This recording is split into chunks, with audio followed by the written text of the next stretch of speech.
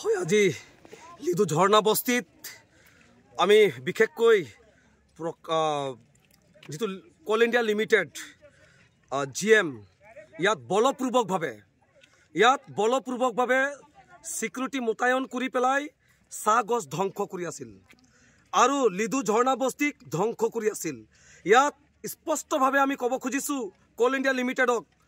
যদি অনাগত দিনবোৰত এনে ধৰণৰ যদি চাহ গছ ধ্বংস কৰে, এনে ধৰণৰ যদি আকৌ 50, 60, 70 বছৰ বসবাস কৰা গাঁওখনক যদি ধ্বংস কৰে, হাজাৰ হাজাৰ মানুহৰ জীৱন আৰু জীৱিকা ধ্বংস কৰে, স্পষ্ট কথা এই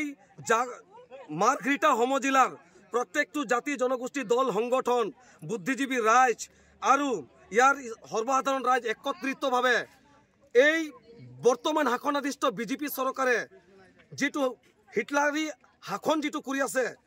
এই হিটলাৰী শাসনৰ যেটো আমি দেখি পালো ইয়াত হাজাৰ হাজাৰ মানুহক বিপথে হল ঠেগত পেলাই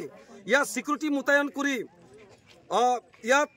আমি দেখিছো হিটলাৰী শাসন বা বলপূৰ্বকভাৱে জবৰদস্তি বাগান আৰু গাঁও ধ্বংস কৰিছে। এই কামটোক আমি কিন্তু স্থানীয় ৰাইজ দল সংগঠন তৰফৰ পৰা ধিক্কাৰ জনাইছো। আমি স্পষ্টভাৱে হকিয়াই দিছো বৰ্তমান শাসনাধীষ্ঠ বিজেপি চৰকাৰখনক আৰু মাৰ্ঘেৰিটা প্ৰশাসনক আৰু কোল ইণ্ডিয়াক স্পষ্টভাৱে কৈছো বন্ধ কৰক, অন্যায় ঠাইত জংগীতকৈ জংগী আন্দোলন হ'ব, তাৰ বাহিৰে একো নহয়। আৰু ইয়াত অপ্ৰীতিকৰ ঘটনা সংঘটিত হয় তেনেহ'লে কোল ইণ্ডিয়া আৰু বৰ্তমান শাসনাধীষ্ঠ বিজেপি চৰকাৰ আৰু মাৰ্ঘেৰিটা প্ৰশাসনে দায়বদ্ধ হ'ব।